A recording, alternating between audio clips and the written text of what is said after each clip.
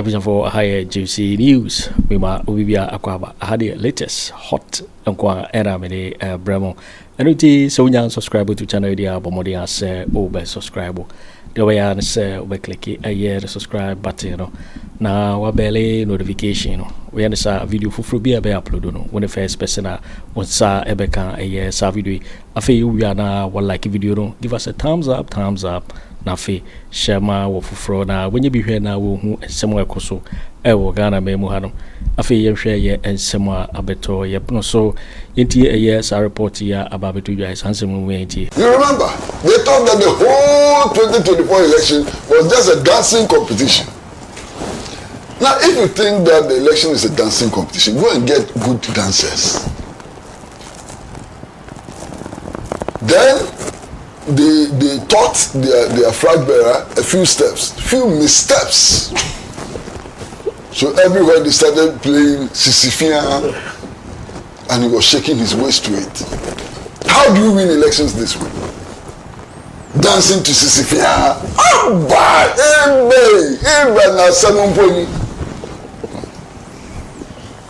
And then now you set up microcredit commission to find out why you lost the election. Go and dance Cecilia. For you to invite media houses. Now people are coming out with all sort of page 3. Somebody just told me this morning that page 7 of the report says Michael Kwe himself, who was the chair of the committee, was the #1 problem of the NPP. His actions and inactions, according to Agyapong when he interviewed them. Now you are giving people the opportunity to speculate. But are you in doubt as to what led to the NPP losing the election of 2024? If for nothing at all, the bedrock of the new patriotic party is the Asante region. If you agree with me, all the elections that the NPP has won, they have won because the margins in the Asante region was superlative. It was overboard. Now, immediately after the elections, on the 14th of December 2024, did the NPP regional executives not set up a committee to investigate what led to or caused their defeat? Was there not a report? There was a report that was submitted. The chairman's committee that submitted a comprehensive report, which report got leaked. And who told them the report that they claim is not leaked, is not out there? Even the dapaah book that was ruling this country got leaked. Something that was in the bosom of the presidency got leaked. How much more this report? Was it not typed by somebody? Now let's excuse us. Everyone in this country knows what led to the defeat of the NPP. And it was amply captured in their Asante region report. They said it was in 2 parts: governance issues and internal issues. On the governance issues, you and I know how dilapidating, how the economy was in shambles. I mean, an economy that a party that took over an economy that was running an inflation at 15.4%. In 2024, your inflation rate was around 23.8%. So if you compare these two figures, and even the one that was having 15.4, we gave him 44% in 2016. What were they expecting? That there was a special breed of people who would be doing inflation at 23% and still do better than the one that was doing 15.4. And so mathematically, they were supposed to do worse than John Mahama in 2016. And that was what the Ghanaian did precisely. In an economy that in 2016, we were buying a gallon of diesel at 14 cedis. A gallon of diesel. That some of us said it was uncalled for. It was unthinkable. Based on that, I campaigned vigorously against John Mahama's administration in 2016. In 2024, a gallon of diesel, a liter, not a gallon. Mind you, 4.5 liters make a gallon. So a liter of diesel was more than a gallon of diesel in terms of pricing in 2016. It was going for close to 16 cedis. So what were you expecting? The cedi to the dollar, 1:4.2 in 2016. In 2024, it was hovering around 15 or 16 cedis. So we knew this. Beyond that, the issue of galamsey. When all of us were complaining, I mean majority, with the exception of few, who are not patriots, whose only interest in this world is money, everything is money. Yes, money is good, but it's not everything that has to be monetized. Your health is important. A healthy nation is a wealthy nation. They were told that galamsey was a major problem. Deal with it. Their members of parliament, are you Dr. Ayuefriye, NAPO himself, they were encouraged. In fact, Ayuefriye told us that they were not going to stop galamsey today nor tomorrow, and that the NDC then was only convincing the NPP to stop the galamseyers so that they will use it for campaigning for them to lose. That was the logic then. It took the Accra Diocese of the Catholic Church to go and demonstrate a prayer demonstration for the first time in my life that I had a prayer demonstration against a sitting government. They were praying, NPP lose, I will lose, and you say you don't understand. This thing, you need a committee to tell you. They gave you the Tumu bill. You remember the Tumu bill? It was on the table, on the desk of President Akufo Addo. Miraculously, we got people to go to court to stay it, file a stay of execution. The president said his hands have been tied by virtue of the fact that a stay of execution has been filed, and so he couldn't sign. Meanwhile, another person went to court. He had filed for a stay of execution. The president signed. The Ghanaian said, "Look, you were just joking with us." He said, "You wouldn't listen." Arrogance of power. You saw it everywhere. So arrogant bunch of people. The Ghanaian complained. He said, "You won't listen." These were the governance issues. Now you come to internal issues. A party that decided to foist a candidate, Bawumia, on the whole system. The system was so skewed. I don't want to ask it to concentrate on what happened to Mr. Lanchemate, because definitely that would be the last straw that will bring the camel's back. Let them tickle themselves. Because if I come here to discuss it, it will be like you are reinventing the wheel. But that problem is the main problem. The way and manner they treated Mr. Lanchemate, they would never be forgiven. They treated him as a leper. They treated him as an outsider. Look, in those days, you go on campaign, you get to Asante region, all regional executives will call you, either my grandmother is dead, my uncle is dead, none of them, because they have been warned not to go with Mr. Lanchemate.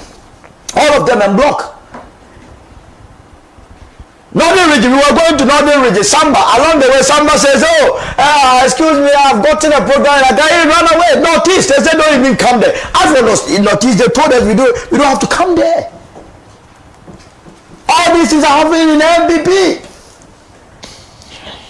People will be beating left and go and mention the name of Mr. Lanchemate. The next day, your name is crossed out of the party. So, did you need any soothsayer to tell you that you were going to lose or perform abysmally? It is there. But then, we don't want to speak the truth.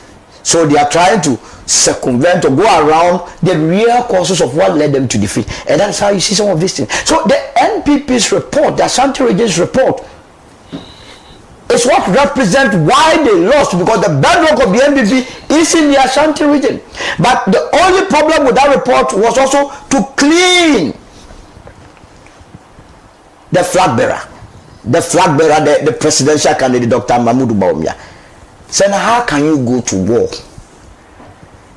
and as a commander of the battalion, you are defeated, and they come and tell you that the commander didn't have a problem, but it was rather the troops. Hey! So the commander was commanding what? You led the troop or the battalion to such a hefty defeat. You are not a problem, but you are rather giving the command to them, the instructions to them, and you want to blame the innocent souls. It is all to pave way for Alhaji Mahamadu Bawumia to contest in 2028. That is what they have been doing. So if you go back and read the Asante region report, they brought in Kennedy Agyapong as one of the reasons or factors that led to their defeat, because of the way and manner he was talking loosely. Everybody knows that he has been talking loosely, but you were eulogizing him. I'm not a fan of Kennedy, because if you are talking about people who are also part of the problem in the NPP, he was part of the problem. Initially, he was supporting that nonsense that was going on in the party. He was supporting Bawumia, as you have been told by Afenyo Markin, his bosom friend. Afenyo told us in an interview that he and Kennedy were supporting Bawumia before all of a sudden he came to tell the world that he was going to contest as a flag bearer. So you were part of those that were strategizing to alienate Alan Kyeremanteng from the system. So I don't have empathy and sympathy for him. What you saw, what you together with them did, will come back to haunt you. Now, the vehicle has been destroyed. It's spoiled. The vehicle that is spoiled, they are not thinking about maintaining it, but they are looking for a driver. And that is the topic we are discussing this morning. That who leads the NPP? The NPP is destroyed. So if you get a driver today, which vehicle is the driver going to sit in to drive? So the issue would have been to first of all tackle the sport car, maintain it for it to be fit for purpose. And there comes that question: who should be the central figure to lead in this maintenance? And that is the multi-million-dollar question confronting them, which they do not have an answer. Because ordinarily, 2 or 3 people should have done that. Either you still fall back on the venerable Akufo, or you fall on the immediate past president, Nana Akufo Addo, or if you like, any of the former national chairmen. But the former president John Ejekunkufo, I said it, I granted an interview in the last 3 days of the elections when he said Mahamadu Bawumia was better than everyone in this country. That is, he as a leader, you may be a member of a political party, but you must always remind yourself that you have moved beyond that to be a statesman. And that whatever statement was coming out of your mouth, people will analyze and analyze it well. When it was so obvious that at the time he was saying that Mahamadu Bawumia topped all the candidates that were contesting, that statement couldn't have been true. He made that statement, so he lost the opportunity to be the gravity. As for President Akufo Addo, every report that I have chanced on, they blame him. So, and interestingly, they said they are building the party, and every meeting he is there. It's a person that you blame as being the cause of your woes. Every meeting, cheerfully, he's sitting there. So, what has changed? Which former national chairman is available? Freddie Blay, he himself is lost in the ocean. As for Afoko, they even look at the way they handled Afoko. So that is where the problem is. That they do not have a central figure to revolve this party around. Chairman started something after the elections. I mean, he tried the granting interview, trying to be the central figure. While somebody just threw one stone and he went into hibernation. Because Seka disagreed with the report from the Asante region that the way he was described in the report was not truthful, and that if they allowed him, he would go bananas. He would deal with everybody. So quickly he realized that he has to run into bunkers.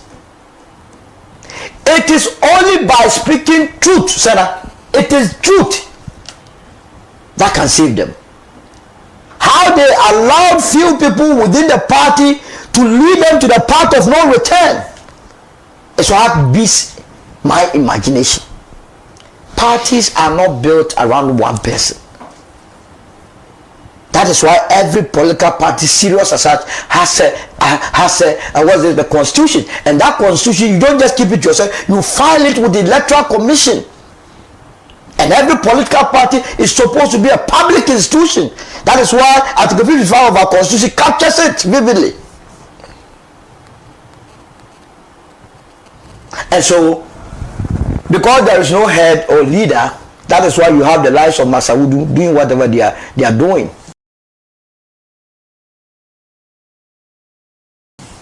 Nobody is applying the laws of the party. Nobody is playing a leadership role. So it's all play all. So whoever emerges as the leader of this party will still keep this party in opposition. Take it from me. It's all rocket science. And mind you, believe you me, they are underestimating why Ghanaians kick them out, and they are underestimating the anger in the Ghanaian in getting them out. They are underestimating it. It was not a fluke. I see a number of people say that our people didn't vote. Our people didn't vote. Who in the NPP did not vote? They should tell us. The national chairman of the NPP did not vote.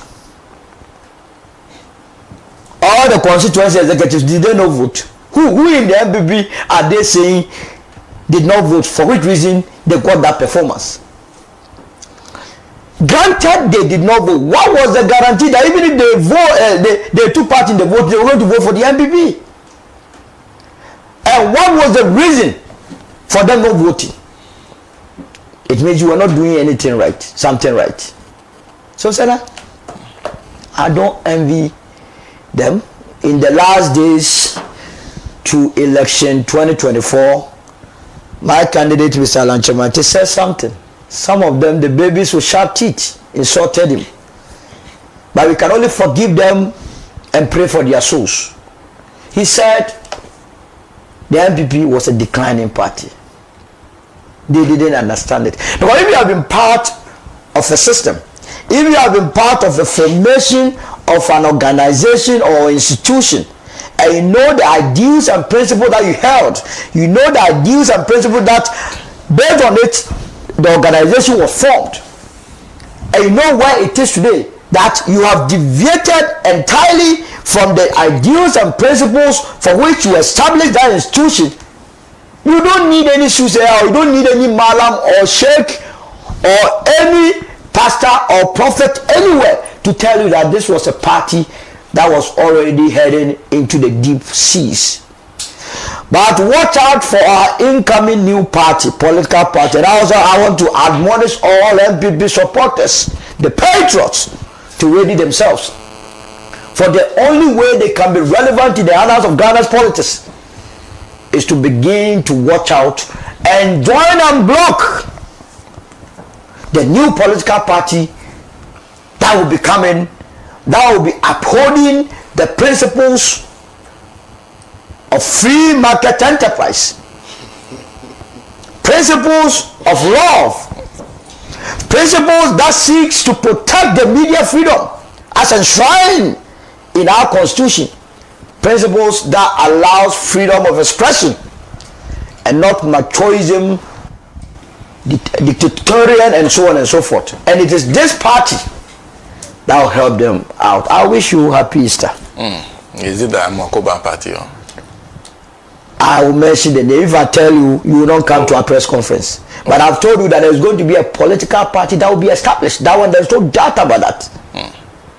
You know, we came with the butterfly movement, butterfly metamorphosis. Is that not the case?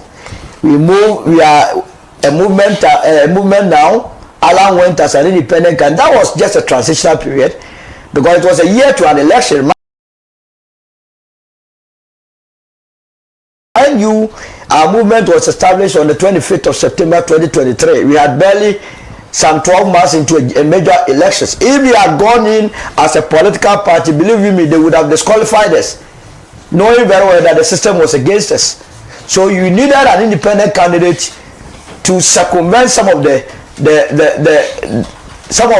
procedures, so that Allah will be on the ballot. We achieved that, and we are so proud of what we did.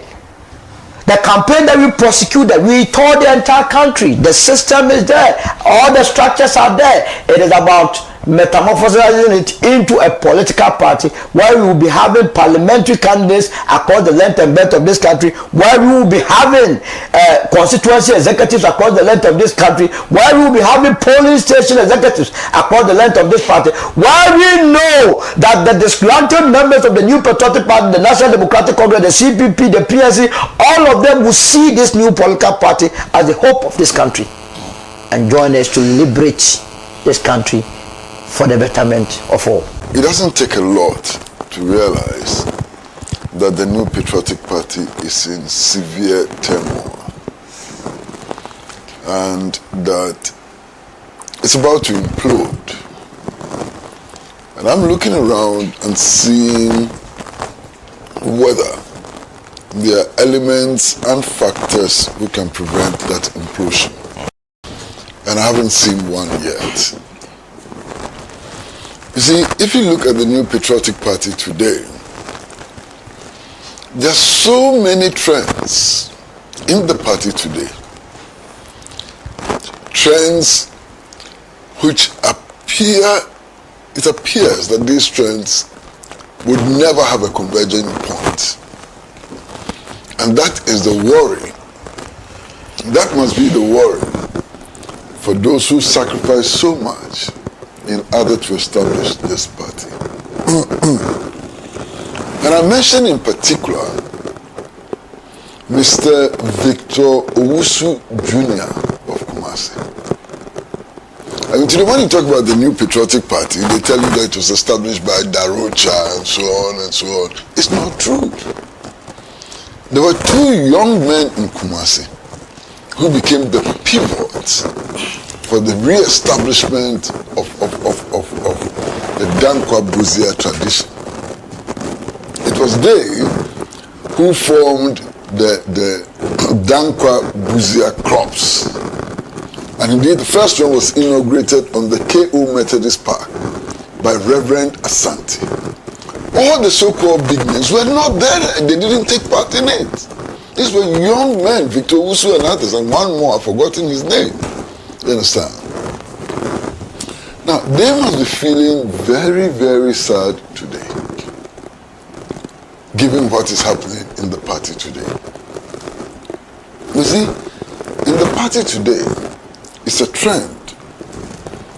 And that trend, the public face of that trend, is Sarah Adwasa. That's the public face of that trend. And that trend simply says that no matter what happens, we are bringing back Dr. Mahamadu Bawumia as flag bearer of the party for the 2028 elections. And that we are ready to fight in order to make sure that that happens. That's the trend. And appears to be a strong trend in the party. Then you have another trend in the party which says very clearly that look, the candidature of Dr. Mahamadu Bawumia was a total failure, and that we are not going anywhere if we bring back Dr. Mahamadu Bawumia. And that the way forward for this party lies in bringing a radical and popular figure, and they settled on Kennedy Agyapong as that radical and popular figure who can bring this party back to power. And that trend is there. It appears also to be a strong trend within the party. Then there's another trend in the party which is not focused on personalities.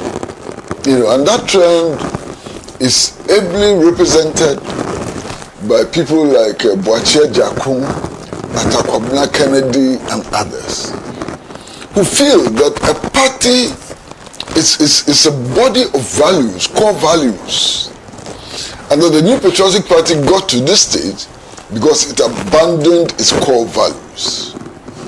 So this group of people said that, look, we can rebuild the New Patriotic Party only if we return to the core values. Now, it's interesting to identify people who are in this trend.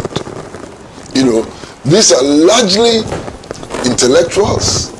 These are largely people who are driven by ideological considerations. These are people who have been in the trenches from 1992 till today. Young, well, now not too young, but young then, who sincerely believe that the New Patriotic Party can be built around core issues and so on. Then there's another group within the party which is also not weak. I mean, its strength can match all the different trends quite well. Who says that, look, we have wrecked the party. We have destroyed the party. The party has a horrible image, and that we cannot go into another election successfully if we go with the New Patriotic Party. So therefore, it is important to establish a new political party, to abandon the New Patriotic Party, and to build a new political force which can give the people of Ghana hope. We can provide a leadership that the New Patriotic Party failed to provide.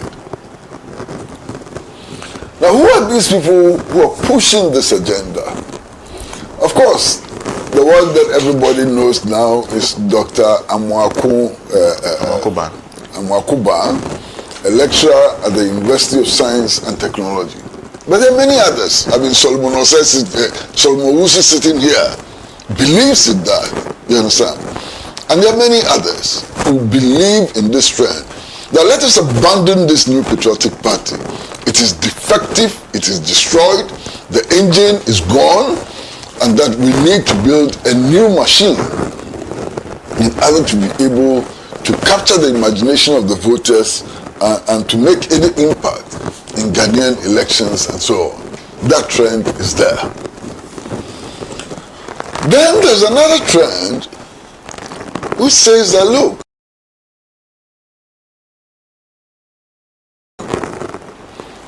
to build a party or to rebuild a party, we need to have massive resources to be able to play any role, to be able to come back. We need a lot of resources. And therefore, let's look at those who appear to have the resources to become the center for mobilizing, you know, for going forward and so on. Now, interestingly, those are the people who say that, look, you cannot abandon Akufo Addo and his team, because they are the people who control resources. Now, it's even gone to the extent that some people in the party are now saying that, look, if we have to win any future elections, we have to campaign on the legacy of Nana Addo Akufo Addo, and that without the legacy of Nana Addo Akufo Addo, we are not going anywhere at all. So Nana Akufo Addo becomes the center of mobilization and organization for going forward. You see that the trends are many. Then there's another trend which simply says that, look, the party is in the state in which it is today largely because of the negative legacy of Nana Addo Akufo Addo. That Nana Addo Akufo Addo did not just mess up the party, he messed up the country. And to that extent, if we have to move forward, we have to jettison Nana Akufo Addo and everything he stands for in order to be able to move forward. I've already mentioned about 7 or 8 trends, different trends, not converging at any point. You know, and there are more. But let me limit myself to these 8 trends. Now, given this state of affairs, this party requires extraordinary leadership to be able to congeal again and to move forward. Where is that leadership? That's the problem. Where is that leadership which will be able to pull all these different forces, all these different trends together in order to build something which is wholesome or appears to be wholesome in order to move forward?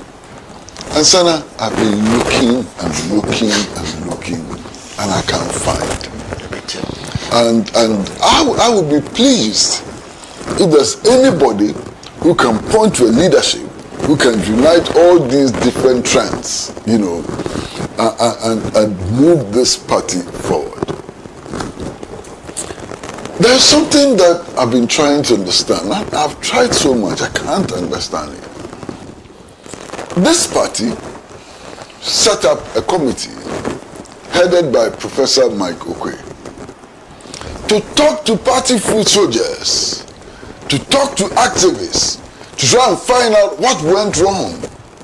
Why the party performed so badly, so very badly. There must be reasons. So the Professor Okwe committee was established to find out what went wrong. The committee says that it has finished its work. Indeed, it has written a report. The party says that those who gave the reasons for why we are here are not entitled to see the report. My goodness, what is this? The report is a secret. Yeah.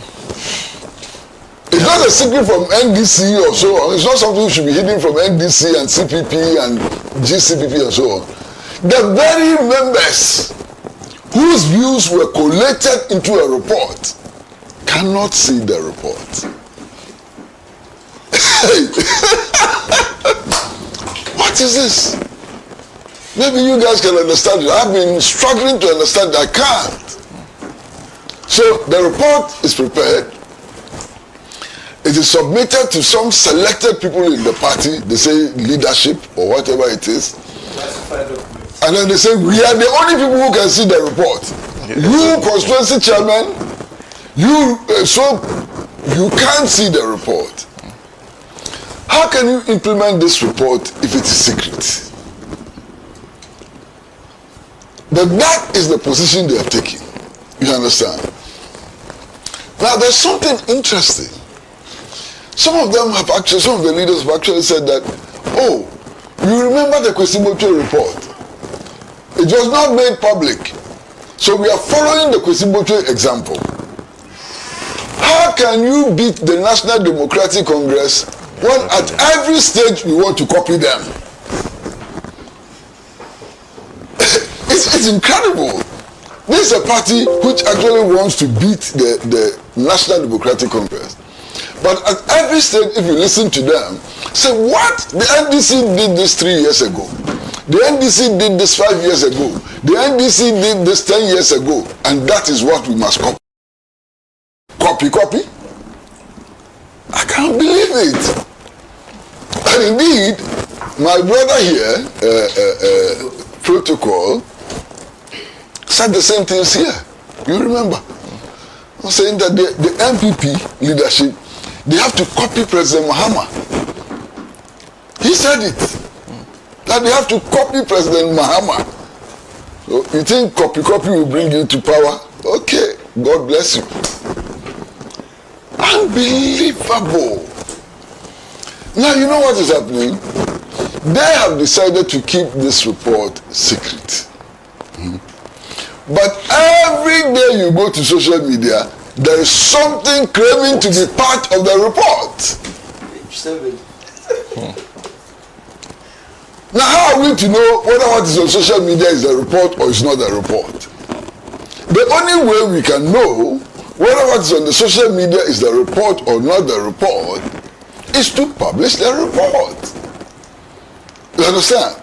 Now, what is so damning in the report that you want to hide it from the rest of us? You are telling us that you did some things which are so bad that if we get to know, we'll never trust you again. That's what you're telling us. This morning, I saw something on social media. I laughed. I'm hoping that it is not true. I'm sure all of you have seen it. The part we said that womanizing. Yes.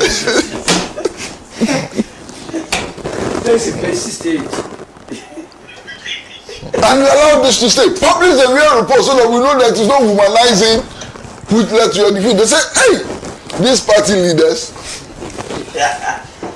they didn't select at all. They didn't care whether the women were married or not.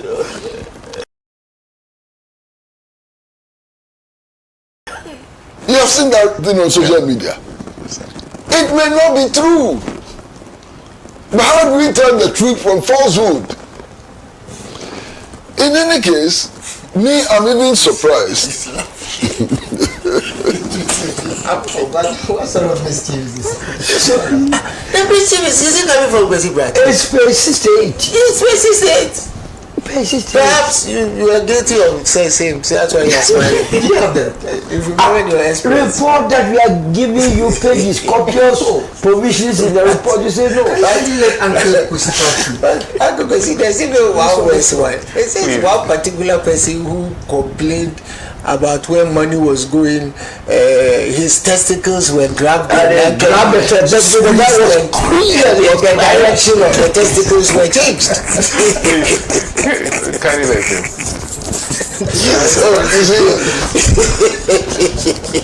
My other problem is simply this. I mean, if the NPP needed to set up a committee headed by a professor to find out why it lost the elections, then there's something wrong with that party. Because everybody knew. We were told that we were losing the elections. Global Info Analytics every week was telling you that we were losing the elections. This is why we are losing the elections. Then we went and got some God-forsaken professor from Kumasi to go and do a counter survey who showed that Bawumia was way ahead. And we were happy. And that professor, you know, I met him somewhere. He's a friend of mine. I met him. Professor Sapon. Please, I deliberately didn't mention the name. For purposes of discussion, so that... If you want to mention the name, go ahead and mention it. But I deliberately didn't mention the name. I see. He's my very good friend. So before, the day before the results, he put out the results. I met him and I said, be careful. Because if you go and skew a report and come and put it there, your professorship will be dented forever. Your image will be dented forever. He didn't listen, he went and did it. Concocted some survey. Came and put it out. You people in the NPP, you knew that that report was concocted. And yet, that is what we were throwing everywhere. And so, why would you lose the elections? You see, everything about this election was known. In this country, every scientific survey will tell you that for electioneering purposes, the towering figure in Ghana up to today is Kwame Nkrumah. Because I knew the NDC did a survey, I think in the 2008 elections, to see what the important pillars were for elections.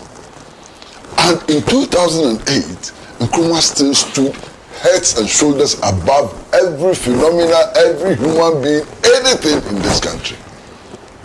You understand? We are going into an election, and your target of attack is Nkrumah. The man is not even here. He's not in the elections. He died on April 27, 1972. That you are throwing bombs at Nkrumah and you want to win an election? You should go and ask President John Agyapong.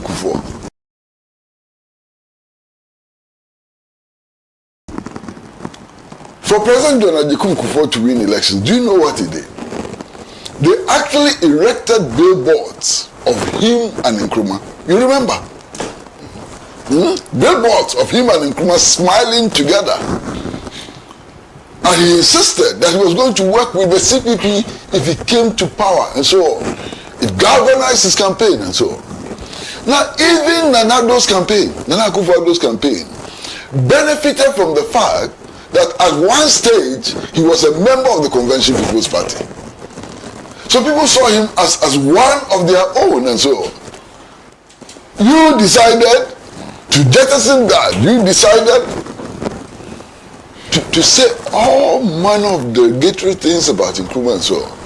And you expected to win an election. Unbelievable. The other thing which for me was striking,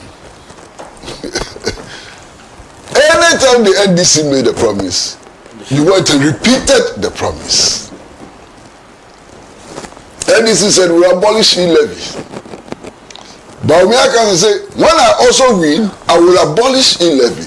Who introduced e-levy in the first place? You introduced e-levy. Because Muhammad says that you abolish e-levy, you are not even standing your ground and justifying e-levy. You say you will also follow Muhammad and abolish e-levy. So who will believe you?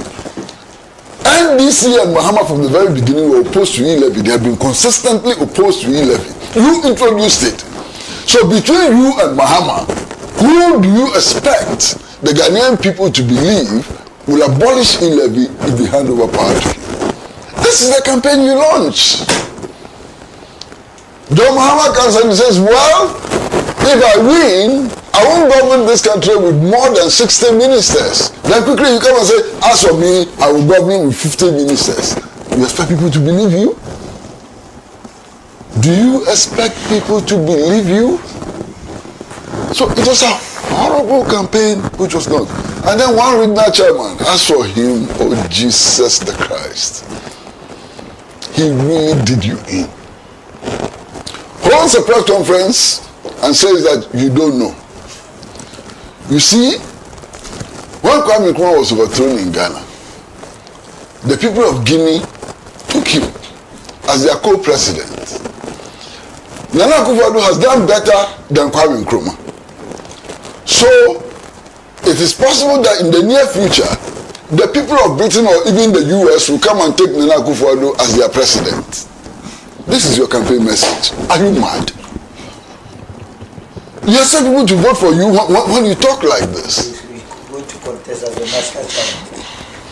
Another regional chairman or the same regional chairman, I'm not sure, told us that what if we elect Bawumia in the first 4 years, in his first term, Ghana will go to space. The same chairman.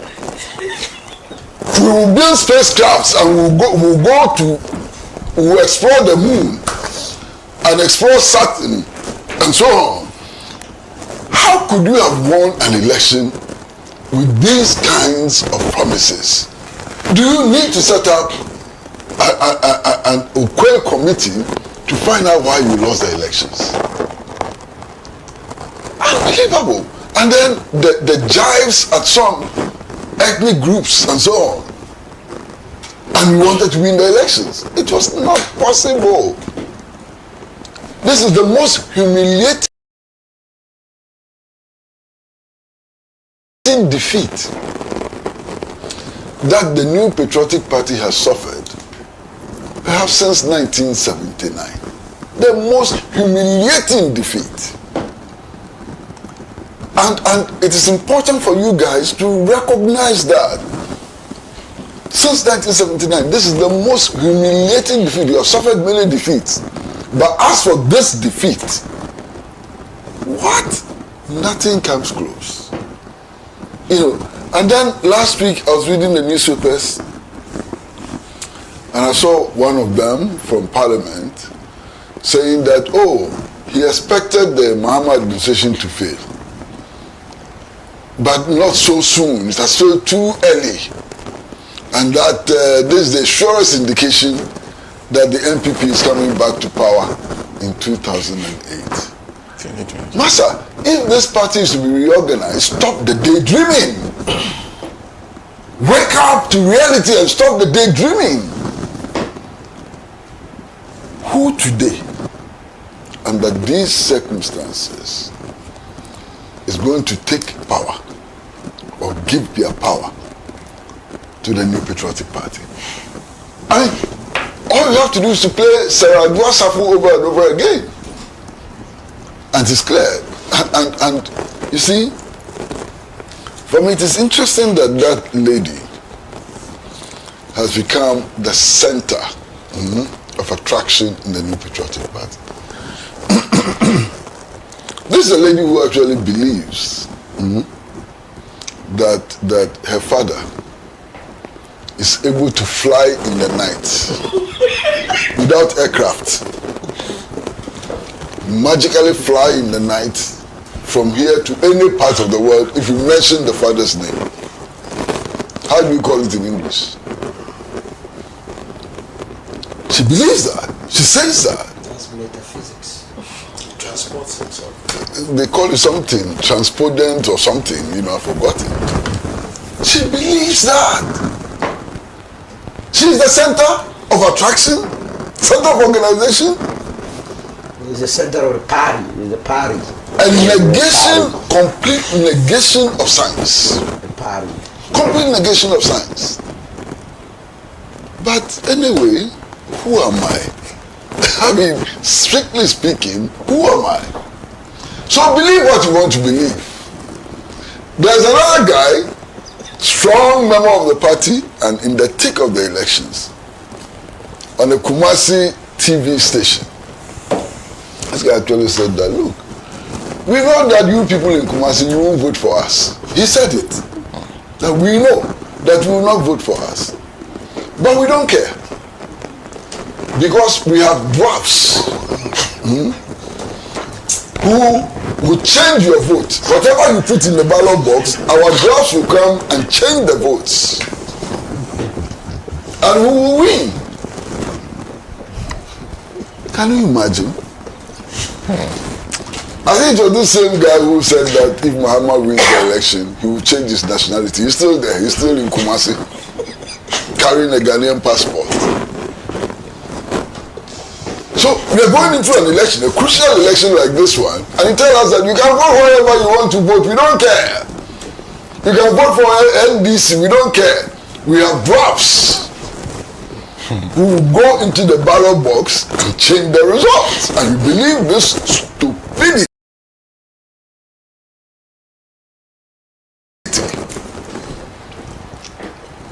I mean, incredible things were said. Really incredible things were said. And you allowed it. And then they came up with this idea that indeed the whole election was a dancing competition. You remember? They thought that the whole 2024 election was just a dancing competition. Now, if you think that the election is a dancing competition, go and get good dancers. Then they taught their flag bearer a few missteps.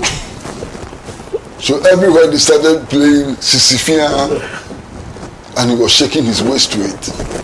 How do you win elections this way? Dancing to Cecilia.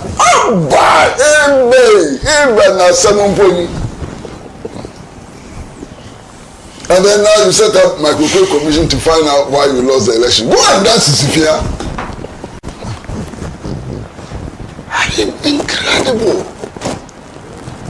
Ghana is a serious country. You see? And I think that the Ghanaian electorate ought to be taken seriously. Any political party that does not take the Ghanaian electorate seriously is doomed to fail, to be defeated so massively. So I think that the starting point is that the New Patriotic Party must begin to take the Ghanaian electorate seriously. Please consider the Ghanaian electorate as a body of people who think, as a body of people who can tell their conditions today as against their conditions tomorrow. In a matter of 4 years, the price of kenke had jumped. Boom! From 50 pesos to 5 cedis. And you didn't think it was an important thing? You didn't think that it was an important thing? Well, look, we are in an era of multi-party, bourgeois multi-party. For bourgeois multi-party rule to make any sense, to make any impact on the lives of our citizens, you need to have strong contending political parties. And that is the reason why people like me want to wish the New Patriotic Party well. I really want to wish the New Patriotic Party well. But it is not our wishes which will transform that party. You understand? It is not our wishes. The party itself has a responsibility to respect its core values. The party itself has a responsibility to put knowledgeable and responsible people into positions of leadership. The party itself has a responsibility to itself to understand the Ghanaian condition. If we don't do that, well, it is possible that some other party can spring up and offer the NDC the challenge it needs. If you don't do that, it is possible that your party can go into extinction. If you don't do that, so many possibilities await you in the near future. I wish the New Patriotic Party well. And thank you very much for simplifying the entire matter. Yeah. Atta says astral travel. Astral. I saw something else. No, I think there's a one word that describes exactly what he was talking transpose. about. Is it transpose? I think that there's Anyway, a word. There's one small point that I forgot that Uncle Kwesi too forgot. You had a regional chairman who sits on television and takes gold bars out of his bag, puts it on, and then asks the presenter, should I bring more? Should I bring more?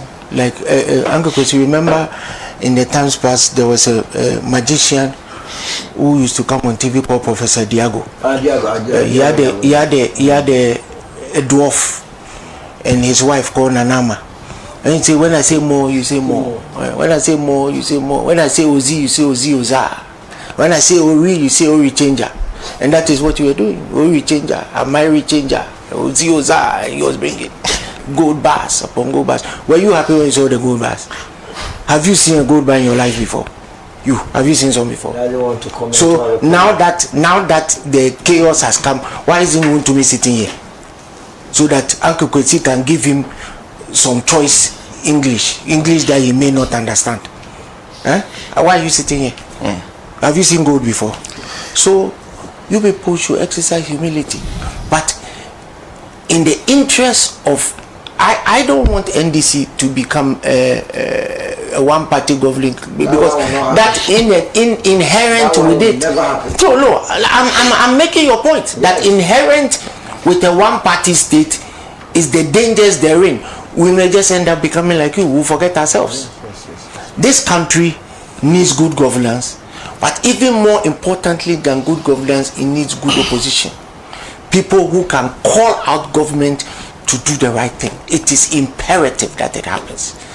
But when you have party chairmen who go and commit crimes in our forests and come up and show you the products and the process thereof on television stations and shows you gold bars, do you think the people of Kumasi who can't get water to drink, who don't have good roads, they are happy to see the gold bars? Thank you. You waiting for winning and someone about beto yepuno so Mikau says so when you subscribe to channel idea bomodi say over subscribe now. I like video to give us a thumbs up nafi share my wo fufro so na we be here now and somewhere koso ewo Ghana memoir also wait me atchere wadwen afa yes some we nyira ho ewo comment box ni mu mo beti menkabio in my next video. Thanks for watching. Like and share the video. You can also drop your comment. Please don't forget to subscribe. Click on the bell to turn on the notification.